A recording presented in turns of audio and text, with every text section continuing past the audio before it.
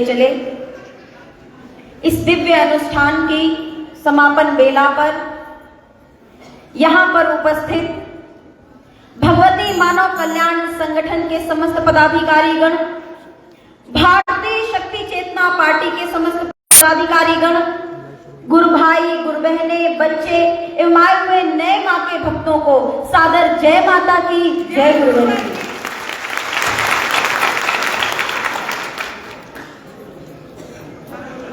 सौभाग्य के यह क्षण होते हैं जब हमें एक साथ बैठ करके माता आदि शक्ति जगत जननी जगदम्बा की आराधना करने का मौका मिलता है। परम पूज्य योगीराज श्री शक्तिपुत्र जी महाराज के निर्देशन में पूरे देश भर में जगह जगह इस तरह के अनुष्ठान कराए जाते हैं, जिनका उद्देश्य समाज में मानवीय मूल्यों की स्थापना करना होता है। समाज में धर्म की रक्षा के लिए, मानवता की सेवा के लिए और राष्ट्र की रक्षा के लिए हम वास्तव में समाज से धर्म योद्धा तैयार कर सके, पुनः हम अपने ऋषियों मुनियों की परंपरा की ओर जा सके और किसी भी तरह की समस्याएं यदि हमारे जीवन में हो, भौतिक, सामाजिक, आध्यात्मिक किसी भी तरह की यदि समस्याओं से ग्रसित हो, तो परम पूज्य योगीराज श्री शक्तिपुत्र जी महाराज ने यह दिव्य अनुष्ठान समाज को प्रदान किया है, जिसे अपने जीवन में धारण करके हम अपने जीवन को एक दिशा धारा दे सकते हैं। भगवती मानव कल्याण संगठन एवं भारतीय शक्ति चेतना पार्टी के कार्यकर्ताओं द्वारा जगह जगह पर इस तरह के आयोजन कराए जाते हैं, मात्र एक ही उद्देश्य, समाज का कल्याण कर सके, पुनः धर्म की स्थापना कर सके। और धर्म की स्थापना कैसे हो सकेगी?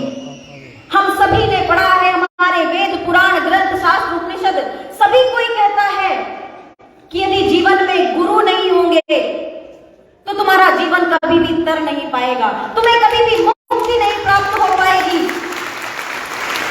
तो इस पर भी विचार करने की आवश्यकता है कि ऐसा क्यों कहा जाता है कि यदि गुरु नहीं तो मृत्यु के बाद मोक्ष भी प्राप्त नहीं होता, शांति भी प्राप्त नहीं होती। इसलिए जीवन काल में एक न एक गुरु को जरूर जीवन में धारण करना चाहिए। हमारे धर्म ग्रंथों द्वारा हमें यह बताया जाता है, वह इसलिए बताया जाता है क्योंकि गुरु ही वह है जो सभी धर्म ग्रंथों का सार दे करके जो हमारे जीवन को एक ऐसी दिशा धारा पर, सत्कर्मों के मार्ग पर बार बार बढ़ा सकते हैं कि जिससे व्यक्ति कभी भटक नहीं सकता। भगवान से ऊपर गुरु का दर्जा क्यों दिया गया? वह इसलिए दिया गया क्योंकि भगवान होते हैं, वह हमें जीवन प्रदान करते हैं, जन्म प्रदान करते हैं, मगर जो गुरु होता है उस जीवन को कैसे जिया जाए, उस जीवन को किस दिशा पर ले जाया जाए, यह हमें गुरु बताते हैं। इसीलिए जीवन में गुरु धारण करना आवश्यक है। मगर आज समाज की विडंबना है कि भारतवर्ष जिसे ऋषियों मुनियों की धरती कहा गया, जहां ऐसे ऐसे साधु संत सन्यासियों ने, धर्म गुरुओं ने जन्म लिया, जिन्होंने धर्म की पराकाष्ठा, समाधि के परम ज्ञान को प्राप्त किया और समाज को भी प्रदान किया, समाज को भी उस मार्ग पर बढ़ाया, मगर उसी भारत भूमि में आज कहीं ना कहीं धर्म का पतन हो रहा है। आज कहीं ना कहीं धर्म से लोगों का विश्वास उठता चला जा रहा है और उसका मात्र एक ही कारण है कि जो भी धर्म गुरु हमें प्राप्त हुए, जिन्हें भी हमने जीवन में सोचा कि धर्म गुरु बनाया जाए, तो व्यक्ति परेशान है, चिंतित है कि हम धर्म गुरु बनाएं किसे? आखिर आज सत्यता किसके पास है? किसके पास पूर्ण कुंडली जागृत की क्षमताएं हैं? किसने अपने परम इष्ट आराध्य के दर्शन प्राप्त किए हैं? आज भगवाधारी तो जगह जगह पर मिल जाएंगे, आज तमाम धर्म गुरु प्राप्त हो जाएंगे, मगर वास्तविकता में सत्य किसके पास है, यह खोजने में व्यक्ति की जीवन निकल जाता है। और इसीलिए परम पूज्य योगीराज श्री शक्तिपुत्र जी महाराज ने कहा है कि धर्म का एक ऐसा आयोजन होना चाहिए जिससे सत्य निकल करके सामने आए कि आखिर आज धर्म की शक्ति है किसके पास। केवल कह देने मात्र से कि हमने अपने इष्ट के दर्शन प्राप्त किए हैं सत्य साबित नहीं हो जा सकता। आज विज्ञान है, आज प्रबुद्ध समाज है, तरह तरह की मशीनें हैं जिससे सत्य कौन बोल रहा है कौन नहीं बोल रहा यह साबित किया जा सकता है। इसीलिए धर्म क्षेत्र से आवाज उठनी चाहिए और आवाजें आज उठ भी रही हैं। आज टीवी चैनलों को उठा करके देखें, तरह तरह के धर्म गुरु लोग आ रहे हैं, आवाजें उठ रही है, जगह जगह चमत्कार दिखा करके समाज को लुभाने का प्रयास किया जा रहा है। पर्चे बना बना करके समाज को उनकी समस्याओं के बारे में बता करके अपना महिमा मंडन करने का प्रयास किया जा रहा है। आखिर धर्म के नाम पर व्यक्ति कब तक इस प्रकार से भटकता रहेगा। इसीलिए आवश्यकता है ऐसे धर्म के एक आयोजन की कि सत्य समाज के सामने निकल करके आए, वरना समाज इसी प्रकार से भटकता रहेगा। धर्म के प्रति उनकी आस्था कम होती जाएगी। व्यक्ति कहता है कि हमें गुरु की आवश्यकता नहीं, हम क्यों धर्म गुरु बनाएं, हम तो डायरेक्ट भगवान से संबंध स्थापित कर सकते हैं, हमें मार्गदर्शन की क्या आवश्यकता है, हम तो घर में भी पूजा पाठ करके हम अपने आप आगे बढ़ सकते हैं। नहीं बढ़ सकते, क्योंकि जब जब भी समाज में परिवर्तन आया है, जब जब भी समाज में मार्गदर्शक आए हैं, जब जब भी इस धरा पर ऋषियों ने जन्म लिया है, उन्होंने मानव रूप ही धारण किया है, मानव रूप में ही इस धरा पर आए हैं। चाहे भगवान राम हो जिन्होंने सतयुग की स्थापना की, जिन्होंने राम राज्य की स्थापना की, जिन्होंने राक्षसों का वध किया, समाज में महिला के सम्मान के लिए उन्होंने एक मिसाल पेश की, स्वयं मर्यादा पुरुषोत्तम कहलाए, वह भगवान श्री राम भी मानव रूप में ही तो आए थे, उन्होंने समाज को दिशा प्रदान की। भगवान कृष्ण इसी धरती पर महाभारत का युद्ध करके गए, समाज को गीता जैसा उपदेश प्रदान किया, एक ऐसा ग्रंथ प्रदान किया कि वास्तव में यदि गीता के उपदेश को व्यक्ति अपने जीवन में धारण कर ले तो वह मोक्ष की प्राप्ति कर सकता है। इसी धरा से वह आवाज उठी और वह मानव रूप में इस धरा पर आकर के उन्होंने समाज का मार्गदर्शन किया।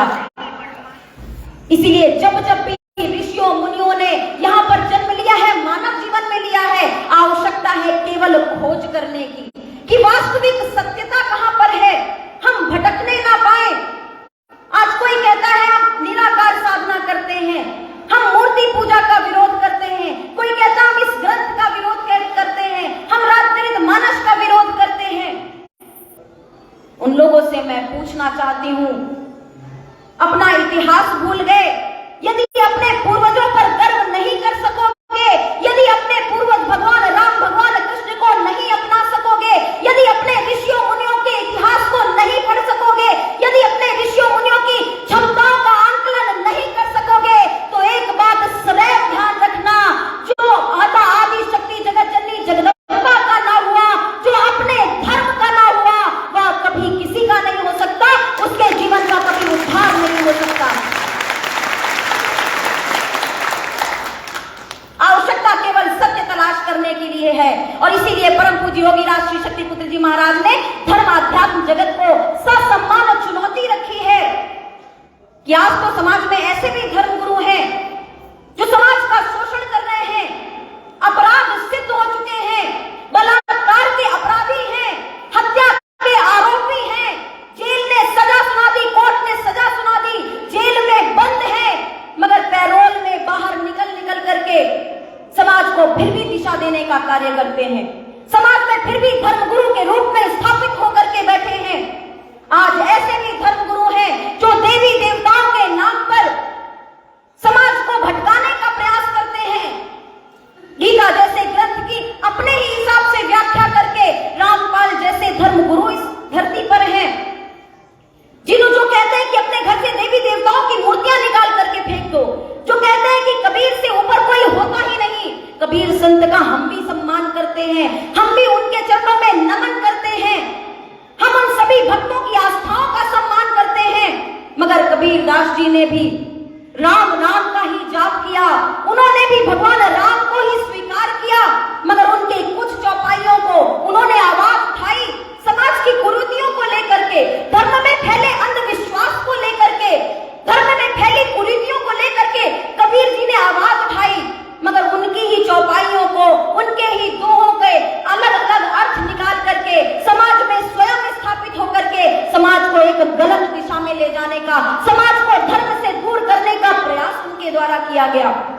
ऐसे कई धर्म प्रमुख मिल जाएंगे, जेल में बंद हैं, अपराधों की सजा काट रहे हैं, मगर फिर भी धर्मगुरु बनकर के महिमा मंडित हो रहे हैं। इनके खिलाफ आवाज कौन उठाएगा? सशक्त है, राजनीतिक संरक्षण प्राप्त है, मगर इसीलिए परम पूज्य योगी राज श्री शक्तिपुत्र जी महाराज ने चुनौती पेश की है कि ऐसे सभी धर्म गुरुओं को मैं ससम्मान चुनौती देता हूं कि एक बार धर्म परीक्षण होना चाहिए और वह सब एक तरफ हो जाए और मैं माता आदि शक्ति जगत जननी जगदम्बा की शक्ति लेकर के एक तरफ होने को तैयार हूं। और यह किसी सम्मान के लिए नहीं, यह धर्म की रक्षा के लिए आज आवश्यक है।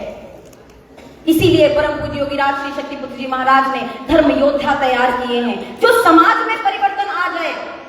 कई धर्म गुरु हैं जो समाज में बैठे हैं, समाज का शोषण कर रहे हैं, उनसे लाभ प्राप्त कर रहे हैं, मगर आप उनके अनुयायियों को देखिए, उनके अनुयायियों के जीवन में कोई परिवर्तन नहीं, बस श्रद्धा भाव से नमन कर लेंगे। गुरु तो वह होता है जिसका असर आपके जीवन में दिखने लग जाए। भरी सभा में भगवान राम की भक्ति पर, श्रद्धा पर, जब भगवान हनुमान की श्रद्धा पर आवाज उठने लगी, उन्हें मोतियां दी गई कि लीजिए, सब राम राज्य स्थापित हो गया था, सभा जमी हुई थी, तो भगवान हनुमान ने अपना सीना चीर करके दिखाया था कि मेरे हृदय में भगवान राम मां सीता स्थापित हैं। उन्होंने पूरी सभा में अपना सीना चीर करके दिखा दिया था। वह दिखाया था भक्ति के दम पर। वह इसलिए क्योंकि उन्होंने अपने गुरु भगवान राम को अपना गुरु माना, अपना सब कुछ माना, अपना भगवान मान करके उनको अपने जीवन में धारण कर लिया। उनको देख करके कोई भी कह सकता था कि यह तो पूरे राममय हो चुके हैं। और ऐसे ही गुरु होने चाहिए। जब आपको देख करके आपके गुरु का लोग आंकलन करने लग जाए कि अरे जब यह ऐसा है, यह पूरी तरह से नशा मुक्त, मांसाहार मुक्त, चरित्रवान, चेतनावान, धर्मवान, समाज सेवक, साधना करने वाला व्यक्ति है, तो यदि इसके जीवन में इतना परिवर्तन किसने डाला? अगर ऐसी कोई क्षमतावान ऋषि इस धरती पर है तो हमें भी उनके पास चलना चाहिए। आपको देख करके जब आपके गुरु का कोई आंकलन करने लग जाए, तभी वास्तव में आप मानिएगा कि आपने वास्तव में अपने गुरु को अपने जीवन में धारण किया है। केवल गुरु बना लेना पर्याप्त नहीं है, गुरुवर की विचारधारा को अपने रोम रोम में, अपने जीवन में समाहित कर लेने की आवश्यकता है। गुरुवर ने कहा कि मेरे शिष्य हो तो मानवता की सेवा के लिए आगे बढ़ो, धर्म की रक्षा के लिए आगे बढ़ो, राष्ट्र की रक्षा के लिए आगे बढ़ो। और मानवता की सेवा तभी हो पाएगी जब हम समाज को नशे से मुक्त करेंगे। आज सबसे बड़ी समस्या नशा बना हुआ है। नशा करके व्यक्ति अपने जीवन को पतन के मार्ग पर ले जा रहा है। धर्म की सबसे पहली सीढ़ी है।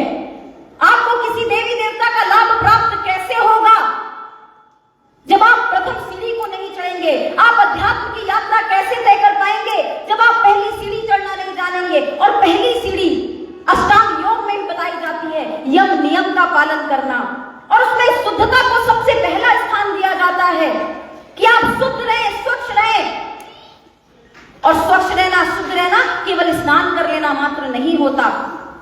आपके आचार विचार व्यवहार में परिवर्तन होना चाहिए, क्योंकि जैसा आप आहार लेंगे, जैसा आप भोजन ग्रहण करेंगे, वैसा ही आपका मन हो जाएगा, और जैसा आपका मन हो जाएगा वैसा ही आपका कर्म हो जाएगा, और जैसा आपका कर्म हो जाएगा वैसा ही आपका जीवन हो जाएगा, और जैसा आपका जीवन हो जाएगा आने वाली यात्रा आपकी वैसे ही चलती चली जाएगी। इसीलिए आहार पर विशेष ध्यान दिया गया है,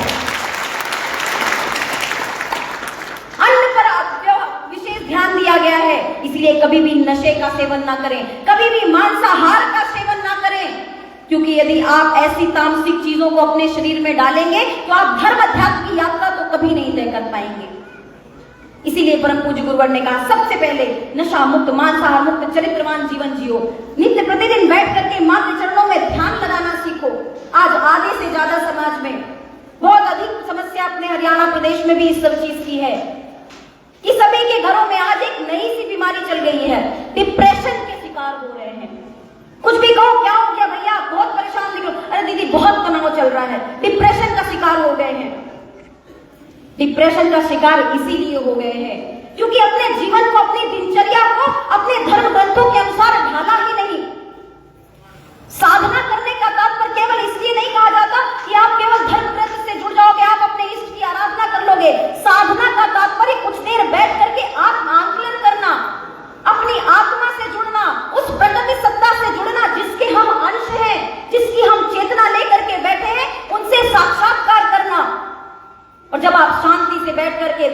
एकाग्र करके अपने आप को उन क्रमों की ओर लेकर के जाते हैं, साधना क्रम की ओर लेकर के जाते हैं, आपकी ऊर्जा बढ़ती है। तो यह साधना मार्ग है, यह तप का पथ है जो परम पूज्य योगी राज श्री शक्तिपुत्र जी महाराज ने हम आप सभी को प्रदान किया है। 3 धाराओं के माध्यम से, पंच ज्योति शक्ति तीर्थ सिद्धाश्रम के माध्यम से हमें एक ऐसा धर्म स्थान प्रदान किया है जिससे हर घर में मां की ज्योत जल सके।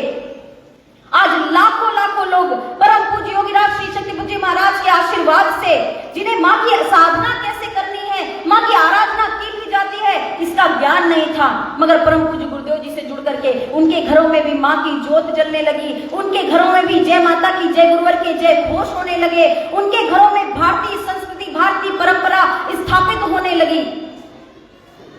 आज हर कोई परेशान है जी, बच्चे हमारी बात नहीं मानते, हमारे बच्चे धर्म पर विश्वास नहीं करते। वह इसलिए नहीं करते क्योंकि आपने बचपन से उन्हें वह संस्कार नहीं दिए। इसमें बच्चों का दोष नहीं, इसमें दोष माता पिता का होता है जो अपने बच्चों को बचपन से संस्कार नहीं दे सके। आज इतने लोग यहाँ पर बैठे हैं, जितने भी लोग हैं जिन्होंने स्कूल में दाखिला लिया होगा, जिन्होंने पढ़ाई की गई होगी, यदि उनमें से यहाँ पर बैठे मैं लोगों से पूछ लूं कि कितने लोगों को ABCD याद है, सभी लोग हाथ उठा देंगे। कितने लोगों को काका काका अंगा जो हमने बचपन में पढ़ा था वह याद है, सभी को याद होगा। और यदि मैं पूछ लूं कि 10वीं में आपने मैथ्स में एक सवाल किया था, उसका क्या कैसे किया था, वो फॉर्मूला बताइए मैथ्स में जो आपने याद किए थे, आपको याद नहीं होंगे।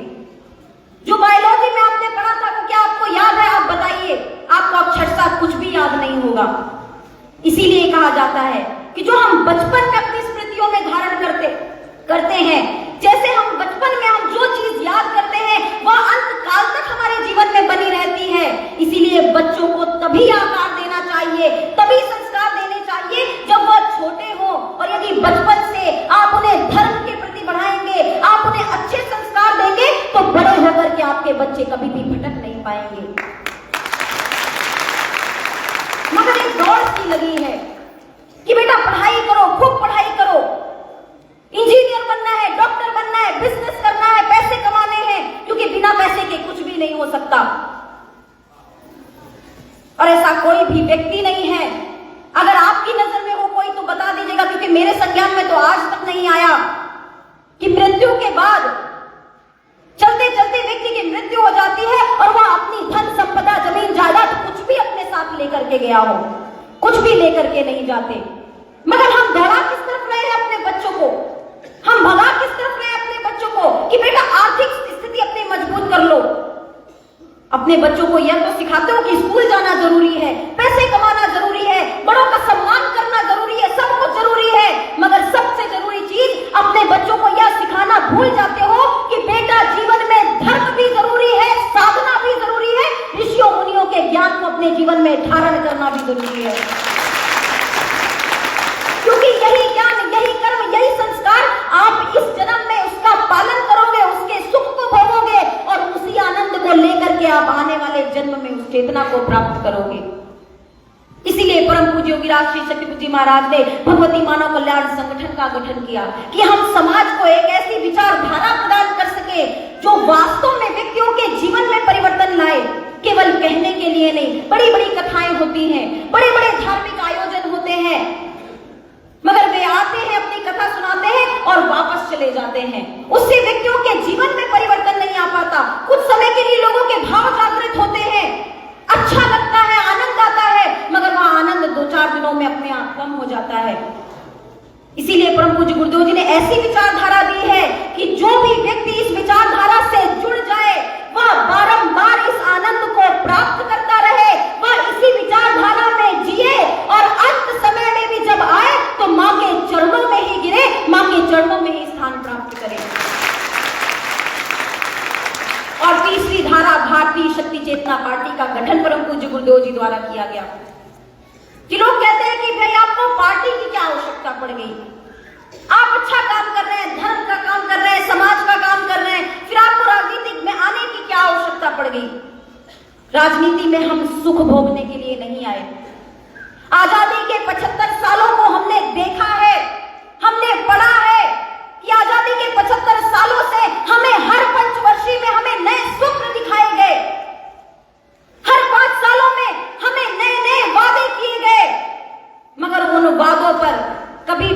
राजनेता उतर ना सके।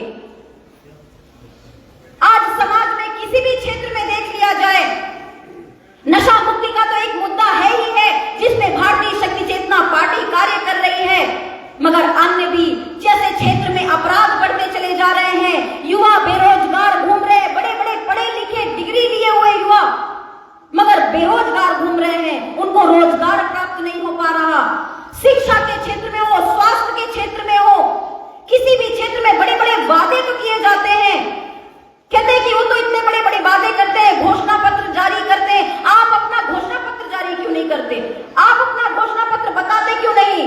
क्योंकि हम घोषणा नहीं करते, हम संकल्प लेते हैं, हम संकल्प पत्र जारी करते हैं। हम उनकी तरह नहीं है जो चुनाव के समय पर आकर के आपसे बड़े बड़े वादे करके चले जाएं।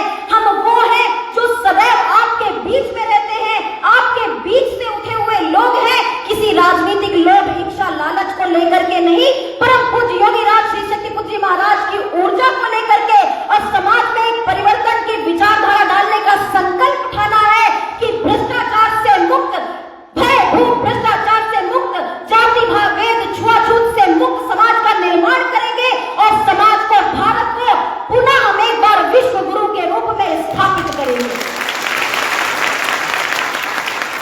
कहते राजनीति बहुत गंदी हो चुकी है, आप तो अच्छे लोग हैं, आपको राजनीति में जाने की क्या आवश्यकता है? इसीलिए तो हम कहते हैं वास्तव में राजनीति बहुत गंदी हो चुकी है और जब तक हम अच्छे लोग राजनीति में नहीं जाएंगे यह सदैव गंदी ही बनी रहेगी। इसी राजनीति को स्वच्छ करने के लिए, इन्हीं राजनेताओं की नीयत सुधारने के लिए भारतीय शक्ति चेतना पार्टी का गठन किया गया है और एक ना एक दिन इन विचारधाराओं के माध्यम से परिवर्तन आएगा अवश्य। बस आवश्यकता है परम पूज्य योगी राज श्री शक्तिपुर जी महाराज को अपने जीवन में धारण करके उनकी विचारधारा पे आगे बढ़ते चले जाने की। बहुत ही अच्छा आयोजन आप सभी ने किया। परम पूज्य योगी राज श्री शक्तिपुर जी महाराज की ऊर्जा कृपा तरंगों के बीच 24 घंटे का यह अनुष्ठान इस क्षेत्र में हुआ। हम सभी के प्रिय गुरु भाई प्रवीण जी, भारतीय शक्ति चेतना पार्टी प्रदेश के अध्यक्ष, जिन्होंने अपने जीवन में परम पूज्य गुरुदेव जी की विचारधारा को समाहित किया, गुरुवर की विचारधारा में चलते रहे। उनकी बड़ी इच्छा थी कि दीदी क्षेत्र में आइए, हम सबकी बड़ी इच्छा है, सबकी भावनाओं को लेकर के आकर के आश्रम में मिले और बड़े जी जान से उन्होंने निवेदन किया, दीदी कार्यक्रम चाहिए, कार्यक्रम चाहिए। बनते बनते कार्यक्रम बना और दुर्घटना में हमें उन्हें खोना पड़ा। अंतिम समय भी उनका जन जागरण में ही बीता। अंत समय में भी मां के चरणों में, गुरुदेव जी के चरणों के जन जागरण में ही उनका बीता, कार्यक्रम की तैयारी में उनका बीता। हम परम पूज्य गुरुदेव जी के चरणों में यही आवेदन करेंगे कि इस चालीसा पाठ की ऊर्जा समाज कल्याण के साथ साथ उन्हें भी प्राप्त हो और वह पुनः जन्म लेकर के हमारे बीच में आए और हमारी इस विचारधारा को पुनः आगे बढ़ाने का प्रयास करें, उन्हें अपने चरणों में स्थान दें। इसीलिए परम पूज्य गुरुवर जी कहते हैं कि मेरी विचारधारा से जुड़ करके चलो, तुम्हें भटकने की आवश्यकता नहीं पड़ेगी। और नित्य मैं तुम्हारे साथ इस जन्म में भी हूँ, मैं तुम्हारे आने वाले हर जन्मों का साक्षी हूँ। इस जन्म में भी गुरुवर की विचारधारा को लेकर के चले, आने वाले जन्म अपने आप परम पूज्य गुरुदेव जी की विचारधारा से जुड़ते चले जाएंगे। उनकी आत्मा की शांति के लिए भी मैं सभी भाई बहनों की ओर से मां के चरणों में निवेदन करती हूँ। बहुत खुश होंगे वो आज कार्यक्रम देख करके कि उनका स्वप्न भी पूर्ण हो रहा है। उनके भाई बहन समाज में गुरुदेव जी की विचारधारा को आगे बढ़ाने का प्रयास कर रहे हैं। उन्हीं के संकल्प को आप भी आगे लेकर के चलिए। परम पूज्य गुरुवर के चरणों में बारंबार निवेदन करते हुए आप सभी का जीवन मंगलमय हो, सुख शांति समृद्धि से भरपूर हो और गुरुवर का वह संदेश भी मैं आपको दे दूं। अभी गुरुदेव जी से कार्यक्रम में आने से पूर्व ही बात हुई है और परम पूज्य गुरुदेव जी ने अब इस कार्यक्रम में उपस्थित अपने समस्त चेतना अंशों को, शिष्यों को अपना पूर्ण आशीर्वाद प्रदान किया है।